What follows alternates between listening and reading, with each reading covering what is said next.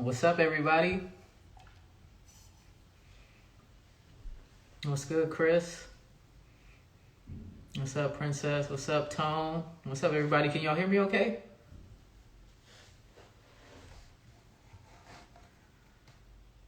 All right, I'm gonna wait a couple minutes, let some people get in here, and I'm gonna look for some questions on Twitter that I had asked earlier this week.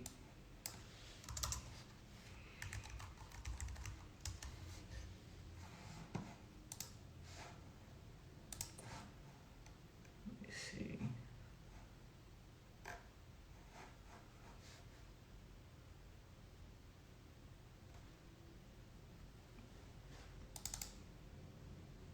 What's up, Bravado? What's good, everybody? What y'all doing this Friday?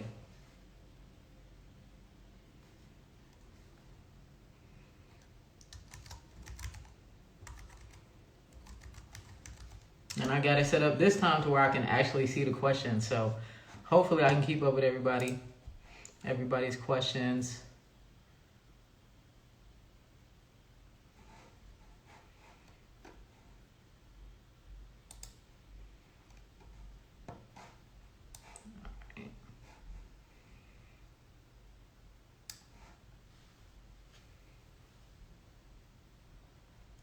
Happy birthday, Jade. I didn't know today was her birthday. You getting your ears pierced, Dakari?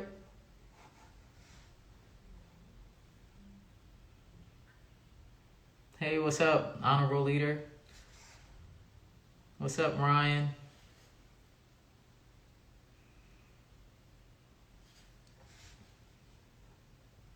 What's up, Big Ryan? You trying to have my hat? Nah, you can't have this one. This is one of my favorites.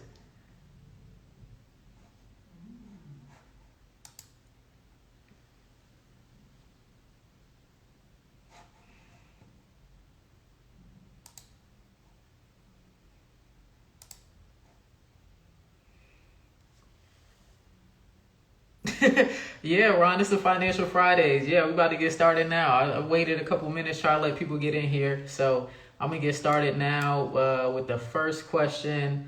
The Honorable Leader, he was asking, like, how do you get into real estate? Like, get over the fear of getting into real estate. And honestly, you just have to run the numbers and be confident that you know what exactly what you're about to get into. Make sure you have enough money saved for any kind of expenses and things like that. Make sure your credit's good, and just talk to other people in real estate in your area or on Instagram or Twitter. Hit them up and have them maybe look over the numbers for you after you've done it yourself first. So if you know the infamous CPA, he's on Instagram and he's on Twitter. I believe he has spreadsheets that you can use. Some are free and some are for sale for calculating if it's a good deal, figuring out, running the numbers for purchasing real estate. He also has spreadsheets for if you all heard of the rental car business. So he rents out cars to Uber and Lyft drivers and DoorDash drivers and gets money that way. So he has spreadsheets for that. And then he also has house hacking spreadsheets too. So go check him out. Tell him that I sent you. What's up, Chris? What's up, Dio? What's good, everybody? So when it comes to getting into real estate, you just have to be confident in your numbers and get that first deal. Just worry about your first deal and don't be focused on all the other ones, like trying to figure out okay, how I'm gonna get from this where I am right now to 10 units, right? Just focus on your first deal. Make sure you have that working properly with your property management or whether you're managing the property, and just go from there. Make sure it's well oiled. So just don't get too caught up. Oh, Neil, yeah, you asked about trading cards. Honestly, I'm not the best person with the trading cards. I have to bring somebody on here who's an expert. My man TiVo and a couple other people that I know. I'm not an expert. Honestly, I bought some cards overpriced. I bought some Zion cards way overpriced and they dropped down. So I'm not the best with it. So I'm just learning, Yeah, infamous CPA. That's it. Yeah, you see the financial starter kit back there. I'm trying to have it look right. So let me get into these questions that people sent in. Where is it at? Okay, so Erica, she asked, with house hacking, what's a good price to pay for a duplex? And in regards to that, that's going to come down to your area. And I would mainly like look at what's the price of a single family home and kind of compare that to what are they charging for the duplex? Like, are you being overcharged for the duplex, or is it like right around the same price? But when it comes to multi-family properties, the value of the property is based off of the amount that the rent is. So how much the net operating income is on the property. So it's going to be a little bit different, but I mean, bare minimum, just to start out, I would look and see how much are they charging for the single family, and then how much are they charging for the duplex. So I take that single family price and like multiply by 2. I say usually if it's less than that, it should be too overpriced. Tony, you said it's the clearest you've ever seen an IG live. Hey, my 10X iPhone holding me down. It's holding me down right now.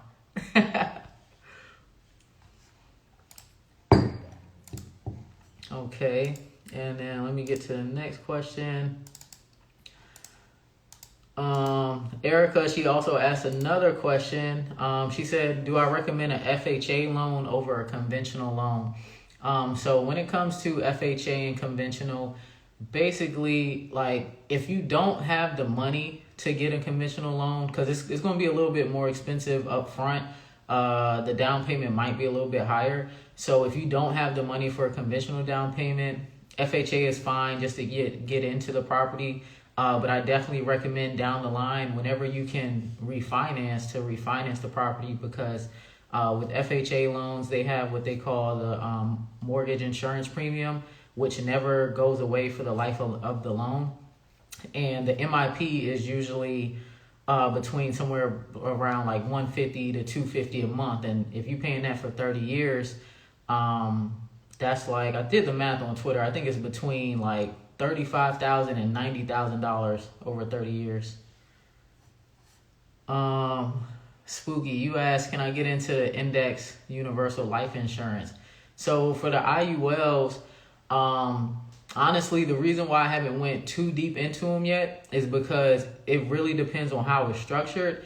And if they aren't structured properly, you'll end up paying most of your money into like fees and most of your money into like the agent that sold you the IUL. So what I'll do is I'll bring my friend Ron Recruiters on here, and he can talk more in depth about how to properly structure the IUL. That's who I went through to get mine. And honestly, I think that IUL and whole life policies, those are the type of policies where you can end up getting into a bad one. So you got to make sure that they're structured properly. But the main idea of an IUL is basically it's a index life insurance policy, to where it's based off of like a stock index, and the life insurance is going to go up over time based off of what the index of that stock does, that stock index performs.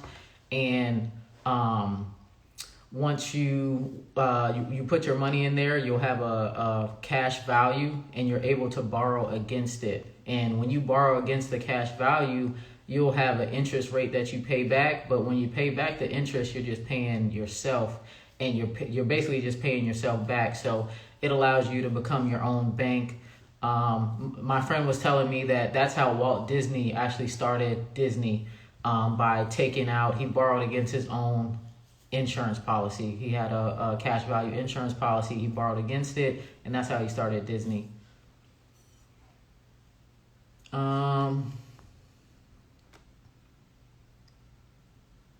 So yeah, she just asked, what are my thoughts on paying off student loans before investing, or do I think it's best to make the minimum payments while investing?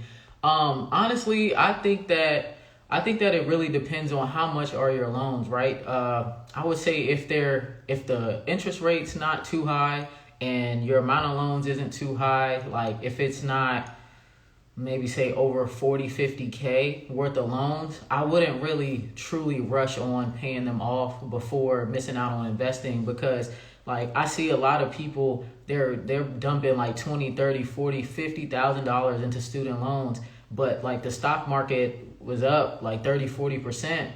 There's plenty of stock plays that you can get into where you can make so much money off of the stock versus, when you pay down your student loans, you're giving up interest. So basically you're making sure that you're going to get back that interest that your student loan pays, but you're giving up the interest that you could have gained by buying stocks or investing the money instead. So I think it's really going to be up to you to determine like what's that balance for you. Like me personally, I'm not in any rush to pay off my student loans. I'll have them paid off before I'm 30, but like I'm not in any rush to do it. Like I focus on investing more. I got my payments as low as possible so I can focus on investing before paying down the loans, because at the end of the day, after you pay down those loans, you still don't have your cash flow to really like, you pay down your loans, but you still got to work because you're just debt free. You don't have any cash flow. You didn't invest the money.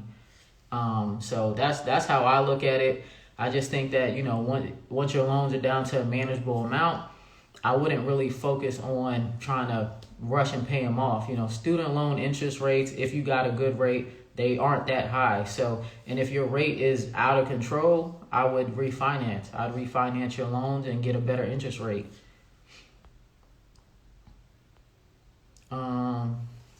Okay. Let me go to the next question.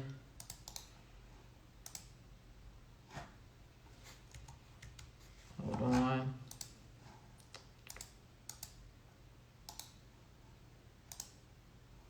Okay, so Jay, they asked a question. They said that they're thinking of grabbing some empty lots for sale in the hoods of LA. They have some future real estate plans in mind, but not really ready to execute financially. They're asking, should they get into land now to hold it, or is it too risky? I would say if you can purchase land in LA, I'd do it. The thing about land is they're never making any more land. So we all know that they're going to develop everything in that area. So if you're able to buy that land, I would get into it. Don't do anything that's going to put you in a financial bind. But, once you're ready to get into the land, purchase the land, hold it. Maybe you sell it to a developer later, or you keep it for yourself. But I would hold on to it and get in whenever you're ready.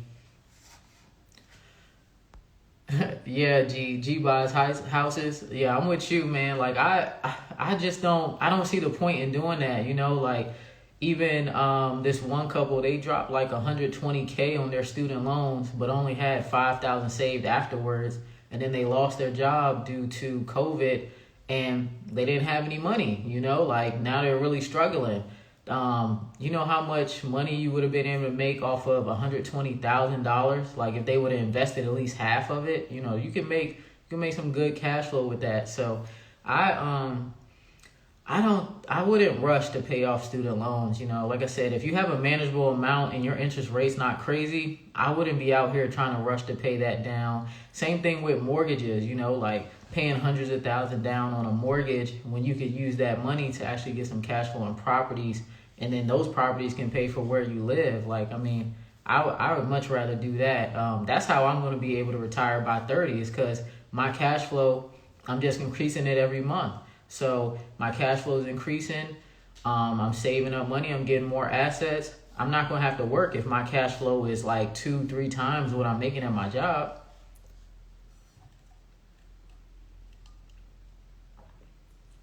Can y'all hear me?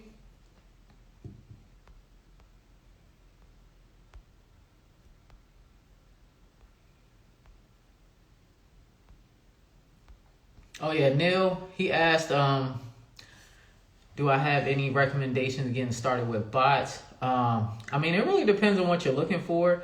I think when it comes to renting out bots, it's mainly about, finding one that's within your price range and ones that people actually want to rent out like every single month or often on the releases. So that's how I looked at it. So it depends on what your price range is. I would do research, figure out, what do people really want to rent out? What bots do they want every single release? And then go from there, figure out what's in your price range. Okay.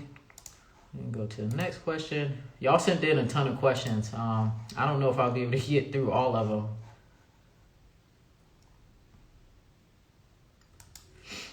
Okay, so Jennifer, she asked, what's the best investing/trading company to join? She's thinking about leaving Robinhood. So she's asking about what brokerage to join for her stocks. I would say for like long-term holds, TD Ameritrade is really good. Everybody knows I like M1 Finance for fractional shares. So that's good if you want to build a portfolio and put money into it every month. If you're interested in stuff like that, I have a referral link. It's m1.capitalsb.com. So definitely check that out. And I have a free guide as well for fractional shares for M1. And that's at store.capitalsb.com/M1. So I like that. But if you're trying to actually do trading right now, most people like WeBull, WeBull. So most people like WeBull. It's good for options, it's good for trading. TD Ameritrade, you can trade with them as well, but I would recommend you use Thinkorswim, their Thinkorswim platform. Those are two good trading platforms. You don't really need too many outside of that. Like Fidelity's fine too, but I think TD Ameritrade and WeBull are like one of the best for trading right now. I don't think WeBull has fractional shares. What's up, C? Oh, they just acquired TD?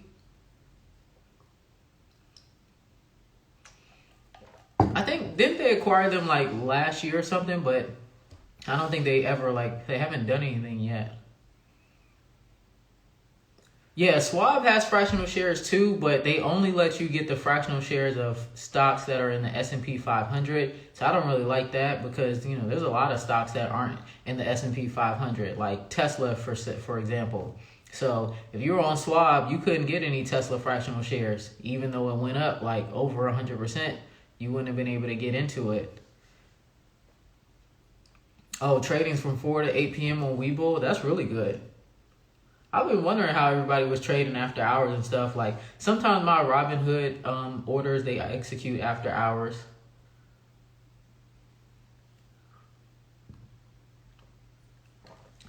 Yeah, Spooky.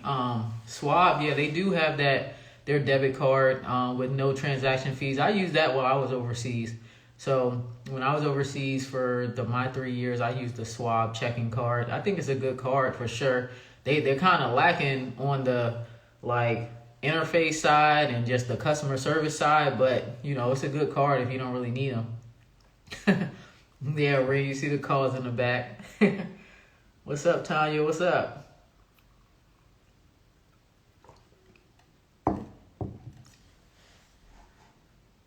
All right, so I'm gonna go to the next question. Let's see.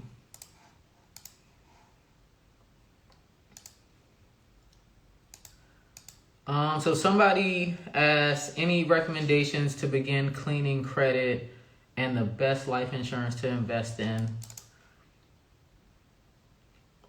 So the best recommendation for cleaning up your credit, I would say, if you don't know how to do it yourself, like to send in the letters to try to get stuff removed from your credit, I would say hire somebody who's a professional at it and let them do it for you because, if that's not something that you're into, I would just let somebody else do it and knock it out.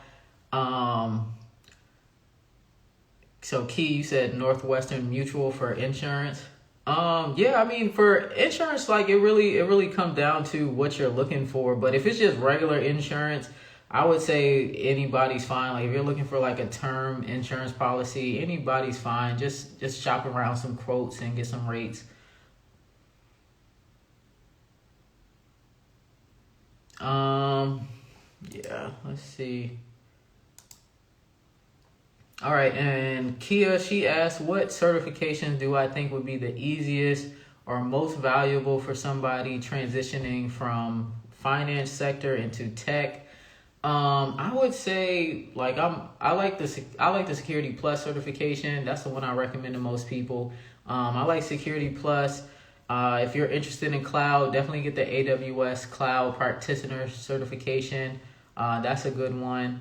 But then outside of that, everything else is kind of like much deeper knowledge. Like you have to have a deeper understanding. Like I wouldn't tell anybody to go straight into Networking Plus or CCNA unless that's really what you want to do.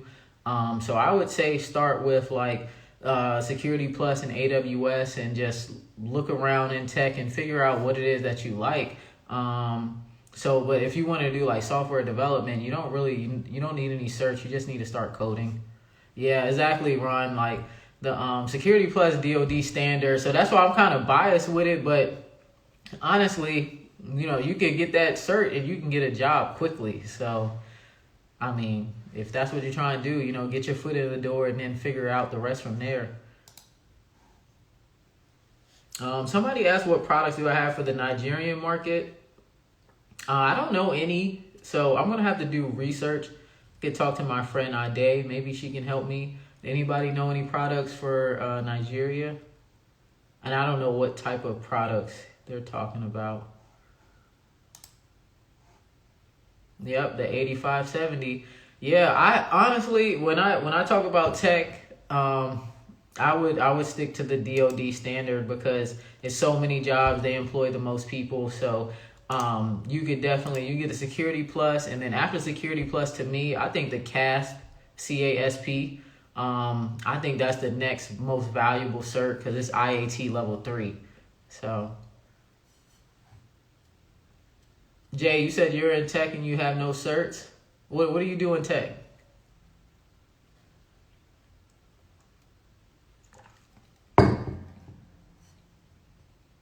Yo, that's lit. You passed it already? That's what's up. Congrats.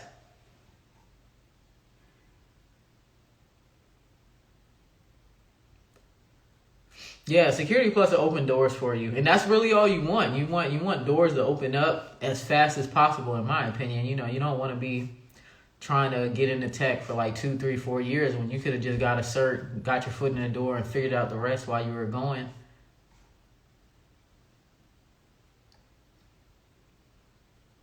Oh yeah, you're a business system analyst. Yeah, analyst is a little different, but y'all, I mean, it's that's another good field to get into. A lot of people don't ever think about being a business analyst. Yep.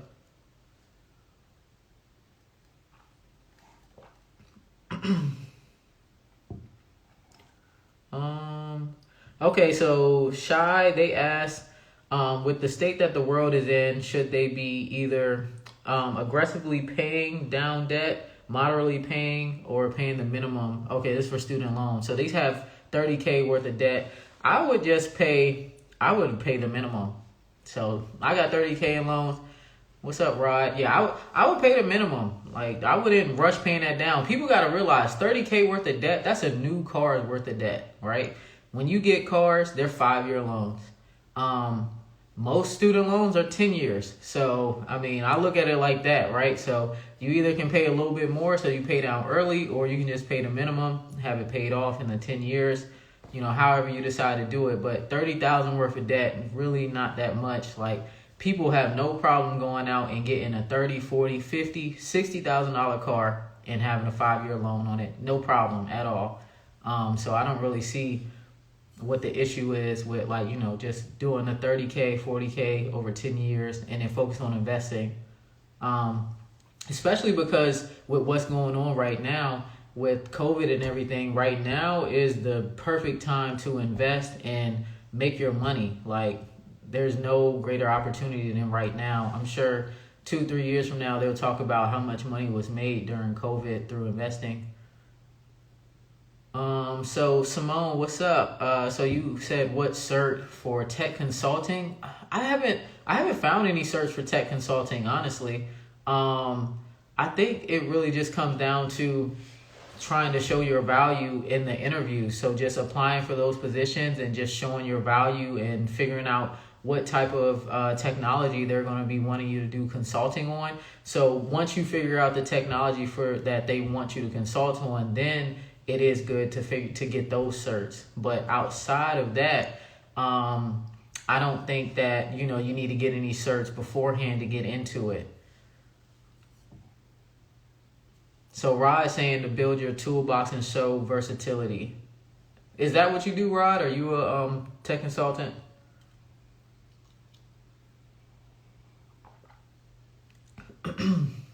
So do I think that people should wait before the market crash? Honestly, I wouldn't wait, because with what the government is doing, we don't know when the market is going to crash. We don't know when it's going to crash. We just know there are a ton of foreclosures coming. So you can wait for those foreclosures if that's what you want to do. There's a bunch coming through the pipeline. So within the next year to 18 months, you'll see a ton of foreclosures. So you could wait on those foreclosure deals if you want to get something better. Yeah, cyber is definitely the future.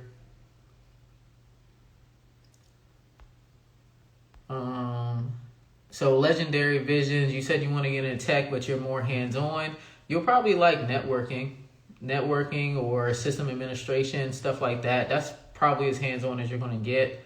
Cybersecurity, step after networking, basically. So I would try looking at networking and system administration first, because with that you can you can be managing like the Windows password. You can be re-imaging hard drives and stuff like that. So, there's a bunch of hands-on stuff with system admin work, and then also with networking as well.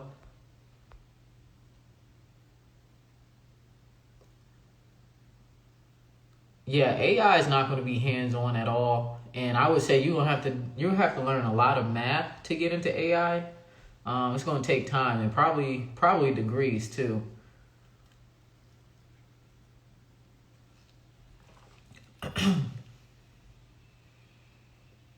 So AR Manor, you asked, with the Security Plus, A Plus, and Net Plus, is it a guarantee that you get a decent starting while pursuing a degree?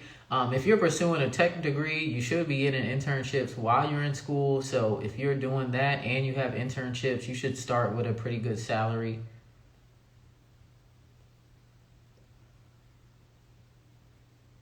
Yeah, I agree. Yeah, I would. If I was in cyber, your best bet is with the government, either government contracting or being with the intel community.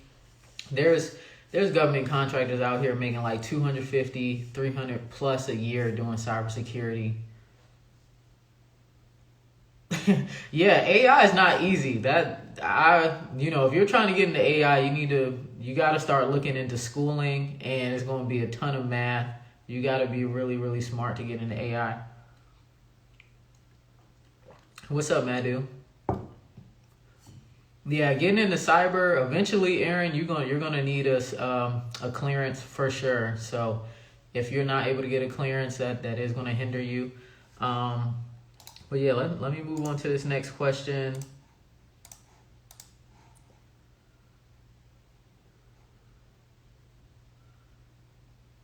So Shaq, they asked if they want to get an investment property but not live in it, which loan should they go for?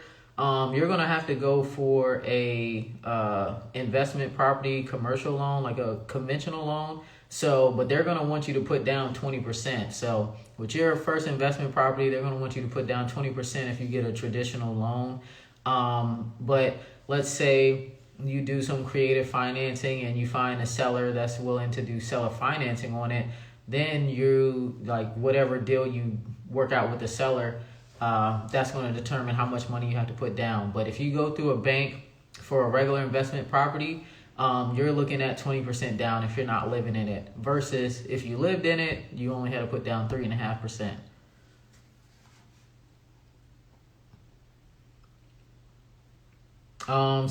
And then Shaq, they also asked, do I recommend buying foreclosed homes to rent or sell for profit?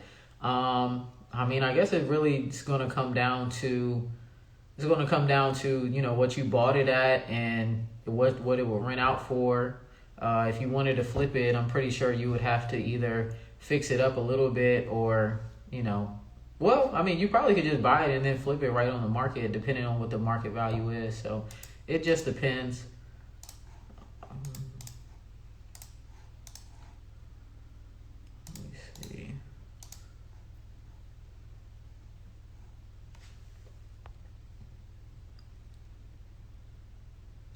So Ryan, he asked, what's one investment activity that no matter how many times I do it, I get nervous that I'm doing something wrong? I'm not going to lie to you. It really comes down to like Bitcoin. Anytime I'm about to do like a Bitcoin transaction, like last night when I bought another bot last night, like anytime it's dealing with the address and stuff, I always get nervous I sent it to the wrong address. Like if you send it to the wrong address, all your money's gone. So it's just going down the drain. So I would say sending money via Bitcoin and crypto is what always get nervous every time. Like I triple check and make sure it's the right address.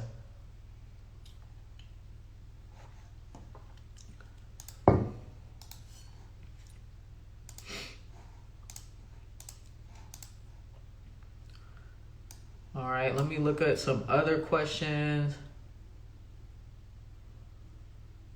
So Latrell, they asked what positions should they be applying for after getting their Security Plus. Honestly, what you're just going to want to do is just look at like entry level, junior level positions in your area. You can find entry level like cybersecurity positions. You can find some NOC position, NOC analyst positions, sysadmin. You're really just going to have to look at a bunch of just different tech requisites or tech job recs, and just make sure you pay attention to what are the required, the basic requirements for the job, and just make sure you can meet those. So just start looking on a bunch of websites. Look on Indeed and see what the basic qualifications are. So Reg asked thoughts on joining the National Guard and getting a clearance that way. I'm biased in that too. I mean, if that's your only option, sure, do it, but you have to make sure that, I believe you have to make sure you get into the right MOS, which is just the right position that's going to give you a clearance, right? So I would say, like in my defense industry guide, I tell people how to get a clearance, exactly how to get a clearance sponsored. So you know, I never went in the military, never going to the military, and I've had a clearance since I was 18. So, and you know, I knew how to find them, and I still know how to find them. So if you don't want to join the military and you want to get a clearance, check out my defense industry guide.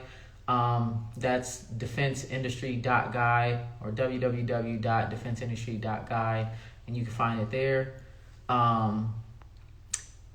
Kev or Mike, he asked any advice for getting into embedded systems. Are you talking about for software engineering?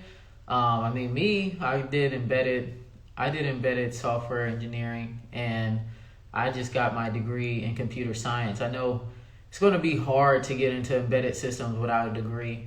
They're looking for people who have a computer science degree and know what they're doing when it comes to C, C++.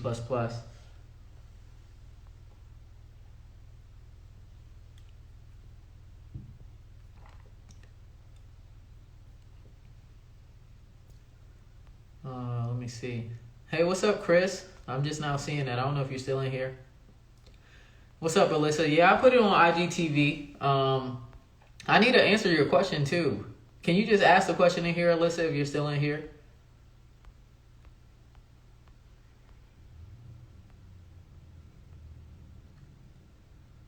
Yeah, Jay, I think the defense industry got to be real good for you.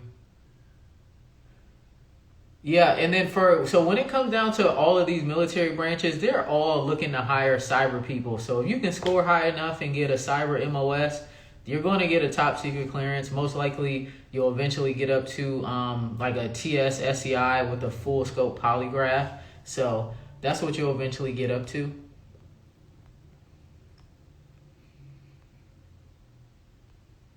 Hey, what's up, Jay?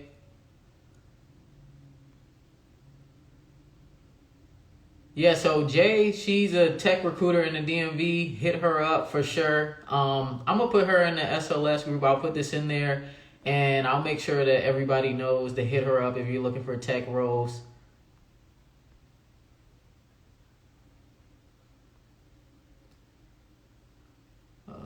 3.5 years. See.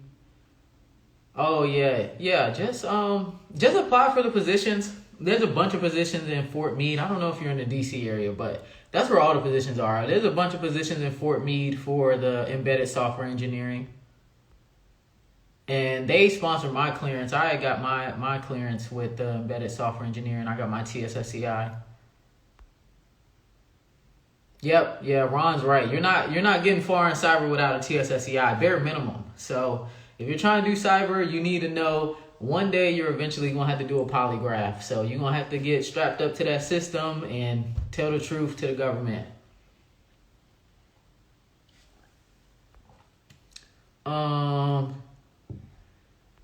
So Plug Kicks, you ask, how can you start generating passive income? I would say for you, probably your best thing is going to be, for you is going to be affiliate marketing, which is just, promoting other people's products. Or if you come out with your own digital assets, so whether it's a course or you selling some templates or something like that, that's going to be your best way to get passive income. If you don't have a lot of capital to invest. You like the book placement in the back? Over that way? Yeah. Let me see. Okay, thoughts on paying out of pocket for a master's versus finding a new job that will foot the bill. I would not pay out of pocket for a master's. I just think everybody sees the way that school is going right now, and education is going for the traditional educational system. I wouldn't pay out of pocket for a master's. Get with a company that's going to pay for it. And even if you got to leave, once you fulfill their requirements, leave. I wouldn't pay for it. It's too expensive. Most of these masters out here, when I was looking, they were like $50K plus. I know for my masters, it's $50,000. I didn't pay for any of it. I wouldn't pay for any of it. Make these companies pay, because they'll pay for you. Don't do it. Don't pay.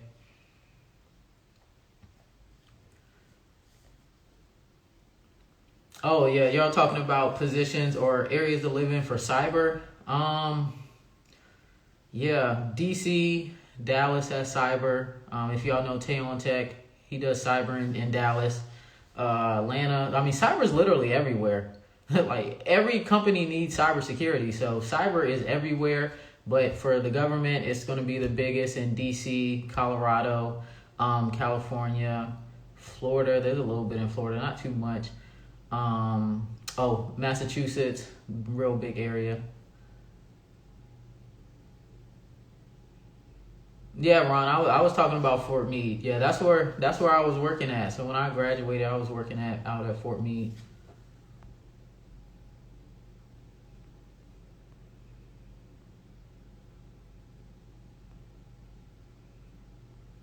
Well, Neil, if you're at a cloud computing company, I would get the AWS and Security Plus. I wouldn't even step outside of that. I'd get the AWS practitioner cert first, and then get the Security Plus second.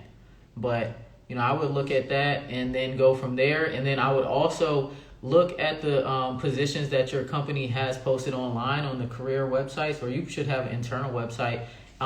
Look and see what they have available and see what they're looking for, and just literally get whatever skills they're looking for. That's really the easiest way to do it. When you're trying to get a job, just go look at job recs, look and see what they're asking for, and then just literally just get those skills. So what bots am I investing in at the moment? So I bought my second copy of Cyber last night. Got that. What else I have? I have Kodi or Kodai. I have Rush. I have PD, Project Destroyer, and I have Ghost. So got quite a few bots. Probably going to get a couple more. Yeah, I got a lot of bots. I'm thinking about getting Wrath next. People have been asking me, they're like, hey, you're going to get Wrath, so I might get that next.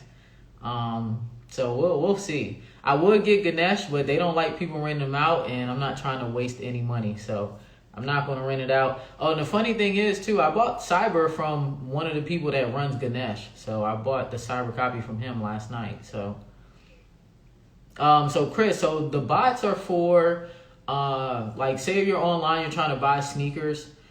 People run these bots. They're basically just automated programs that continuously try to check out the product. So it adds it to the cart and it checks it out automatically. Yeah, so that's basically what bots are. They're just automatic checkout applications. Dia, what are you trying to get slots for? I think we're doing a little bit of slots for the mochas, but no, neither one of my cybers are lifetime. So the one I bought last night, it expires in June 2021. The other one, I just renewed it last night. It was going to expire today.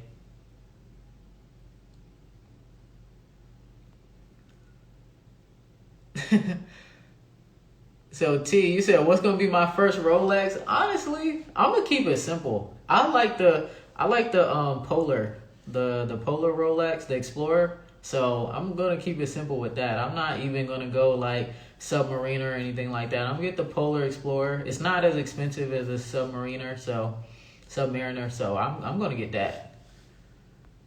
Yeah, DM me, or DM me. I'm not even gonna say text me because I haven't been on my super phone. Chris, don't kill me. I haven't been on my super phone like that.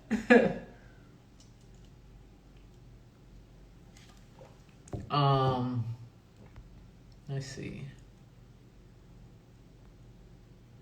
Oh, so Plug Kicks, they were asking, does the degree path matter when getting into cyber?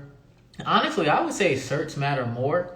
Just certs and getting that experience. That's really what matters more with cyber. But I would eventually, if you're in tech and you're in the government like space, I would eventually get a degree for sure, because just you're going to hit some glass ceilings if you don't. Yeah, Chris. So I have 18 months left until I retire. So I'll be retiring shortly after I get back from Saudi Arabia next year. So after that, I'm gonna be retiring shortly after. Yeah, let me answer these last few questions in here.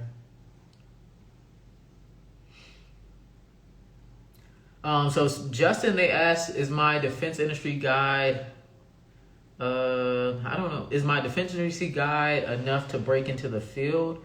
Are skills in coding/programming necessary? No, you don't need to know how to code or program to get into the defense industry. There's a ton of positions, like you can be a security guard or a janitor and be in defense industry. Like, people don't understand, in the DC area, the security guards that have like top secret clearances, they're making like 80K plus a year, if not more. You know, they got, whether they work multiple jobs or they doing overtime, like, you have that clearance, you're good for life. You're set for life. Ron, you plugging Giftize everywhere? I appreciate you. Simone, so I determined I was ready to retire financially just because my cash flow is like, it's surpassing what I'm making at work. Plus, they're taking away our overtime, and I'm not feeling that at all. So they're taking away our overtime. I don't like that. I'm getting too busy. You know, if I want to be able to give you all of like me to be able to help you, because like I said, you know, I'm gonna help 100 people reach 100,000 next year. So I'm gonna help 100 people get to 6 figures next year. I think I got like 86 more people to go. So if I'm gonna be able to do that, like, I have to be able to give you all like my full undivided attention. So eventually I'm going to have to retire because it's just too much time. What's up, Chris? What's up, Nate? You trying to get into tech? If you don't know anything about tech, I would at least look up like the A+ certification material, just so you can understand how computers work. So you can look up the guy's name. There's a couple people, like there's CBT Nuggets, and then there's Professor Messer. They have free material on YouTube. I'd at least look that up, become familiar with computers, and then get into get your Security Plus certification. Jay, you said that you need the mid 6 figs. Like, which part? What, 150?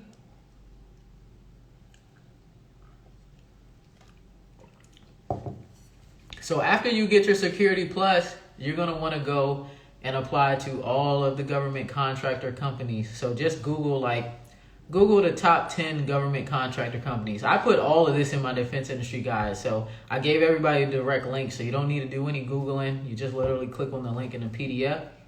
But Google top 10 defense industry companies and apply to all their positions. Definitely be open to relocate, because depending on where you live, it might not be a big government area. You said you graduate next year for IT. Get your Security Plus cert. 6 figures now with the one in the front. Yeah, that was a crazy day. I had to flex on Larry June's fans. I don't know. Oh, mid as in 3,500. You need to start your own agency. Start your own tech recruiting agency. That'll get you to $1 million. Easy. You're already doing it. Just start your own.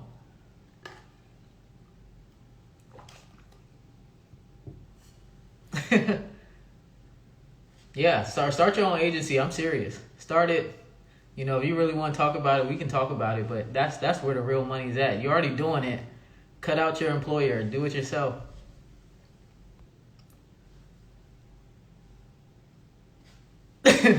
Oh, why I had to go on his fans? Because they were tripping. Like, when I don't know, was it an album or was it a mixtape? I don't know what it was, but he had dropped something, and I listened to it, and I was like, you know what? I didn't even add him. I was just like, you know what? Larry June's not for me. That's all I said. I'm like, yeah, it's not for me. And he quoted me, and he started, talking trash, and then all his fans started coming at me. And that's when I had to just start going on him. I'm living the life that his fans wanted to live. They was talking about, yeah, you don't have a good credit score and all this type of stuff. So I just had to flex on him a little bit. To start your own agency, I believe it's going to be just similar to everything else. So you're just going to need to get your EIN number, set up your LLC, get a SAM code, cage code, and then just start finding positions, start reaching out to companies and figuring out what positions they're trying to fill, and then find those people and then send the people their way. So I'm pretty sure Jay Bao, she has more insight to it since she's already been doing it, but yeah, she would just be cutting out her employer.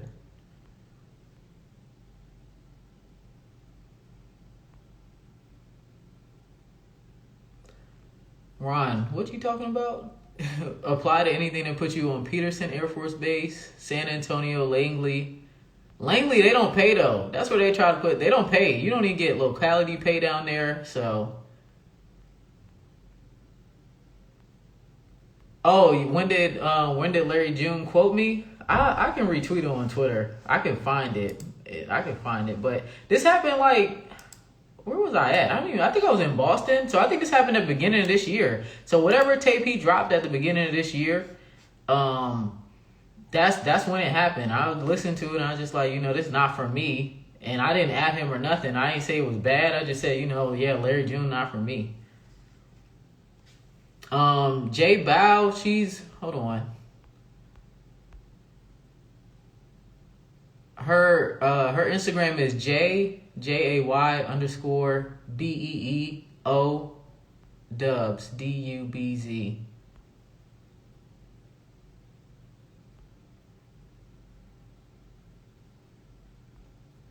Yeah, I'm sure Chris could tell us all about the systems for the agency and stuff. You should talk about that more, Chris. Let me answer these other questions from Twitter. People asked me a few questions before this ends because I only got nine minutes left. Let me see. Okay, yeah. So Alyssa, she had asked me when you're investing money in your 401k, what do you do when the market is down? So when the market's down in your 401k, you should do nothing. Unless you're planning on actively investing, you should really do nothing because in the long term, the stock market is just going to keep going up. So you should really just do nothing. And I recommend a lot of people with their 401k, look and see if your provider allows you to invest into the Vanguard index fund. And it's the total market stock. I think it's the Vanguard Total Market Index Fund. And it should be like, I can't remember what it is, because with the 401ks, it's a different one. But for regular people, it's VTSAX. But I can't remember what it is for the 401k, because like they buy into a different index fund. So I'll send it to you, Alyssa, so you can have that. But yeah, look for the Vanguard Total Stock Market Fund, and that's the one you want to get into. It tracks the S&P 500, and you don't have to do anything. You just put your money in there, and you're good to go. What's up, Caesar? Thanks. Yeah, I'm trying to get some more calls. I want to get I think I want to get an all black set, so I'm trying to do that, or either get an all gray set. Let me see.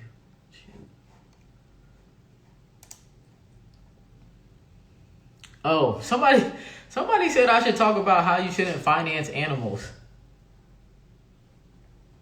Oh, he said he spent $900 on 2 separate occasions at the vet with the dog and $800 with the cat. Yeah, I mean, I don't think you should finance pets. I don't really want to get too into it, because last time all the PETA people got on me, but I don't think you should finance pets, and if they get sick, I think you should let nature run its course. Let's see.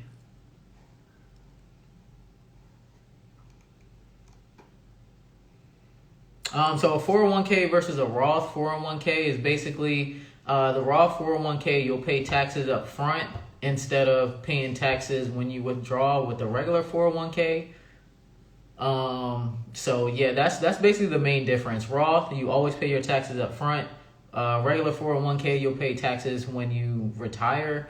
And most people, they assume that their tax bracket they'll be in a lower tax bracket when they retire, but I really think it's going to be the opposite. I think you'll be making more money when you retire. I'm pretty sure most people would hope to make more money when they retire versus making less. So yeah, I mean, it's kind of going to be up to you, whether you want to pay taxes now or pay them later.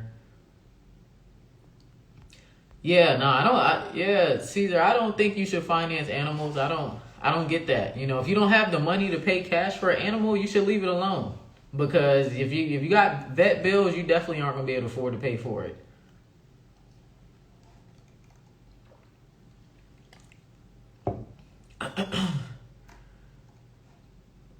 All right, y'all have any other questions? Pet insurance is BS? I heard that. Somebody said they were paying for pet insurance, and I thought they were crazy. Like, I would never do that. Like, that's just me, because I've just noticed so many people, they put their pets through so much stuff, and then once they pass away, they go get another one.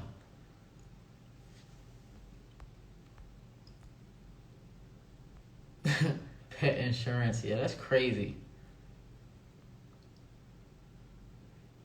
Hey, Gaston, you said you got your IT fundamentals because of the book? And you got accepted into a BS program for network and security admin. Yo, that's what's up. That's what's up. DM me on Twitter. That's what's up. That's lit. Let me try and screenshot that. Y'all got any other questions? Oh, dividend investing?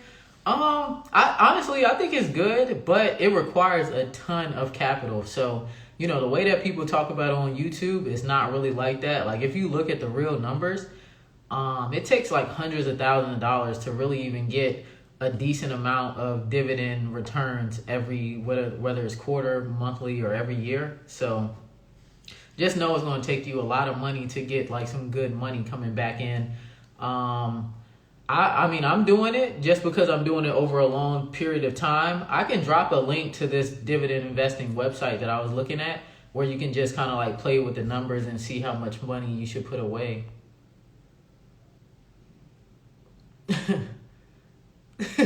She really mad about that pet insurance. They got over on you with the pet insurance? Oh, you want me to talk about SLS? I'll talk about it real quick. So basically SLS is going to be, what's up, Josh? Oh, we got a real goat in here. We got Josh in here. I'm gonna have to bring him on one day. He's always in the country. But yeah, SLS is gonna be group coaching. So it's basically gonna be me coaching a bunch of individuals through making their way to six figures. So basically, we're gonna be doing weekly Q&As every week. I'm gonna try to bring in a guest every month. Gonna be doing success sessions where we're gonna go and plan your goals for the month and for the quarter. And then you're also gonna have training and homework to get through. And if you purchase up front, you'll get a one-on-one consultation. So I don't know if people know, but I'm not doing any more just public consultations anymore. I'd rather just leave my one-on-one for people that end up joining SLS. So if you're ready to get to six figures, come join SLS, and I'm gonna be launching it in December. So I don't know how to get this down, but yeah, I'm gonna be launching it in December. So I look forward to helping. No, the 100 people aren't already selected. So I just 100 is my first goal. So my first goal is getting 100 people to six figures. And then after that, I want to try and get 1,000 people to six figures. I'm almost at 15 people. And I wasn't in 15 people, I got 15 people to six figures off of just one consultation call. So if you work with me for 6 months to a year, I'm sure I can get you to six figures, no problem. Thanks, Chris. Oh, you GT on Twitter. Oh. Okay. All right, bet, Josh. Yeah, we're gonna have to get on here. What do I have cooking for 2021? Mainly SLS. I have another course dropping, but I can't say too much because everybody trying to steal everything. So I can't tell y'all what course is gonna come out. But I know a lot of people they're gonna benefit from it for sure. Oh, so it's gonna be a webinar that's gonna go down. So I'm gonna do a webinar explaining everything to everybody in December 3rd, and then after that you'll just be able to you can buy into the membership. So you'll see. I'll talk more about it next month. But I think this video is probably gonna end in a couple minutes.